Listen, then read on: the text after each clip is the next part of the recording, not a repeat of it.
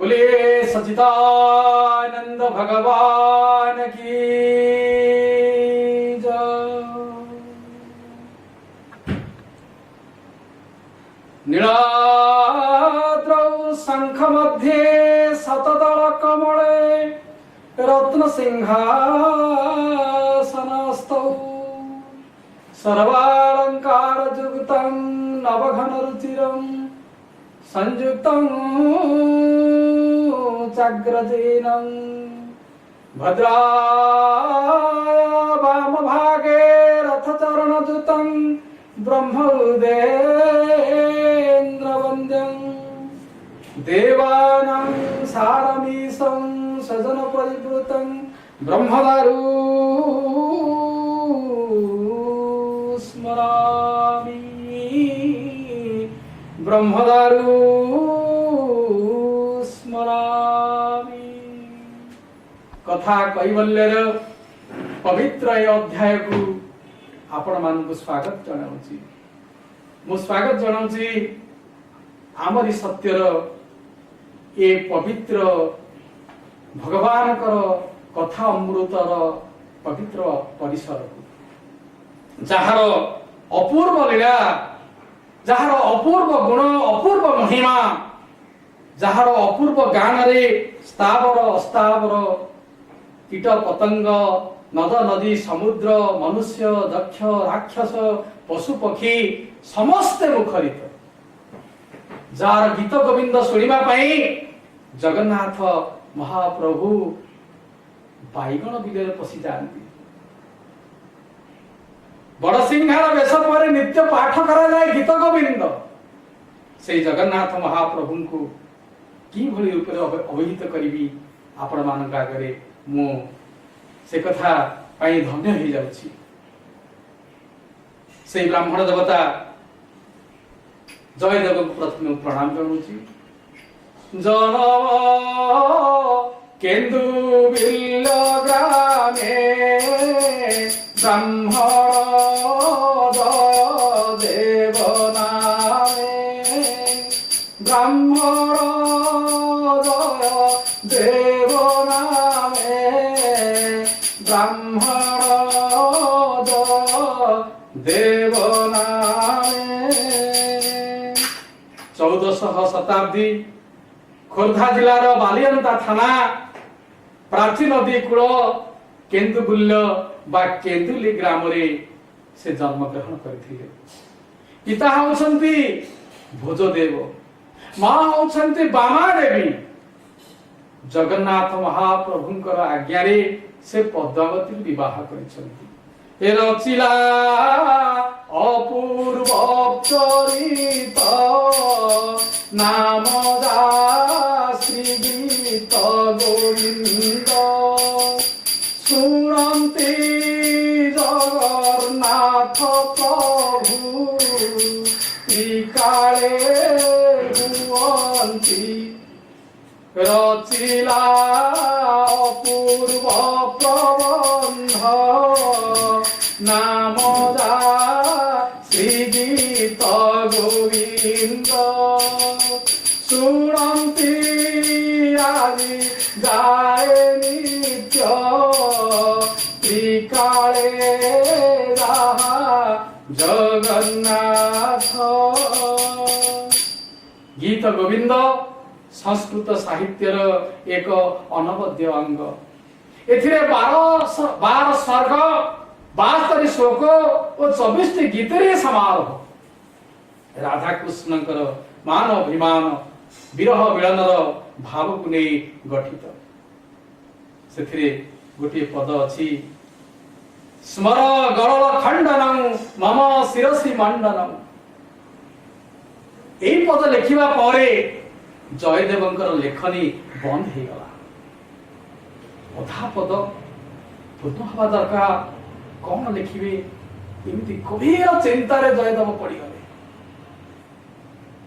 से चिंता कले जड़े गोपर तरुणीर पाद तले पड़ा नाई नाई नाई एमती लिखि हम के लिखिले असंगति हेब प्रभु को पाई अपमान हेब लेखा बंद करदे भावना राइटर बुझीगले के मनते লেখি বিয়ে কথা হৃদয়কু লাগ ইমো ব্যথা হেলে হে রাধা জগন্মাত জগত প্রভু জগন্নাথ পুথিলি খন থই ভারি স্নানকু গলে কবি চরি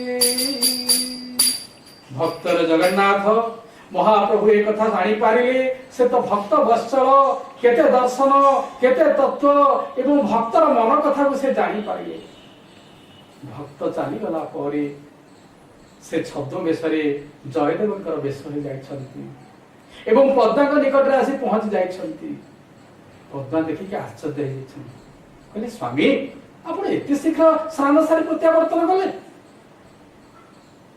छद्मरूपी ठाकुर कहले हाँ पद्मा लेखनी आण मोर अपूर्ण पद मन पड़ जाइछि पद्मा लेखनी बढ़ी देइछन्ति एवं पोथी बढ़ी देइछन्ति एवं महाप्रभु छद्मवेशी ठाकुर निजे लेखा आरंभ कर देइछन्ति प्रभु स्वहस्तरे अपूर्ण पद को निज हाथ में पूर्ण कर देइछन्ति देहि पद पल्लव मुदारम एवं अंत ध्यान हो जाइछन्ति किछि समय परे जयदेव स्नान सारी पड़े आछन्ति कहले पद्मा मो स्नान सारी आसिली पद्मा आश्चर्य हो गई कहले आपण संगे संगे आस्थिले पुणी सांगे सांगे आसिले ये की कथा जयदेव कहले पद्मा ये कौन ये सांगे सांगे कौन कहीं मु तो आसी नथिली पद्मा कहले आपण निजे आसिले मते लेखनी मागिले मु लेखनी देली पोथी भी देली आपण अपूर्ण पद पूर्ण कर देले जयदेव कहले कौन मु तो आसी नथिली मु तो लेखनी मागिनी मु भी पूर्ण करिनी पोथी आण पोथी देखिले फिटाई देखिले से पोथी झटक नव लेखा ज्योति हृदय थेई से ग्रंथ नाचिले होई उन्मत हृदय थोई से ग्रंथ नाचिले होई उन्मत कहले धन्य पद्मा धन्य तुम्हें स्वचक्षुरे भगवान को दर्शन करिछ मु अभागा मु दर्शन करि पारले नहीं किछि दिन परे गीत गोविंद शेष हो जाइछि लेखन शेष हो जाइछि से काव्य को धरी कवि पत्नी महाप्रभु पाखरे अर्पण पाई श्रीक्षेत्र गले से राजा था पुरुषोत्तम देव गजपति से निज क्षमता बल और निज पांडित्य को लोकाभिमुखी करने राय दिवाकर मिश्र प्रणीत और राजा नाम भणित गोटे नुआ गीत गोविंद लिखिले ताहा होची अभिनव गीत गोविंद ताहा मंदिर रे प्रचलन पाई आदेश देइले याकर गीत गोविंद राजांकर होची अभिनव गीत गोविंद ब्राह्मण जयदेव कांति पके कहले प्रभु ये कि आश्चर्य कथा मोर लेखा कोन आपण ग्रहण करिबेनी शेषरे उभय राजांकर लेखा एवं जयदेवंकर लेखा उभय जगन्नाथ पाद तले रखा श्रेष्ठ किए परीक्षा पाई ठाकुर पाखे पहुंची गए साधुर ग्रंथ तत्काले धरिले प्रभु हृदस्थले धरिले प्रभु हृदस्थले धरिले प्रभु हृदस्थले गजपति दुखरे भांगी पड़िले अन्न ग्रहण कले नहीं हे राति रे जगन्नाथ महाप्रभु ठाकुर राजा को स्वप्न रे कहले राजा जयदेव मोर भक्त तार भक्ति अतुलनीय तार गीत गोविंद मोर अति प्रिय मु ताहा ग्रहण करिया को व्याकुल। जयदेव को सम्मान दियो ओ मो निकट रे गीत गोविंद गान रो व्यवस्था कर दियो। हरि श्री जय दे बकवे मुदित मुदारम मुदित मुदारम श्रु सुखदं सुभगं भवसार। हरि श्री जय देव कवेरितं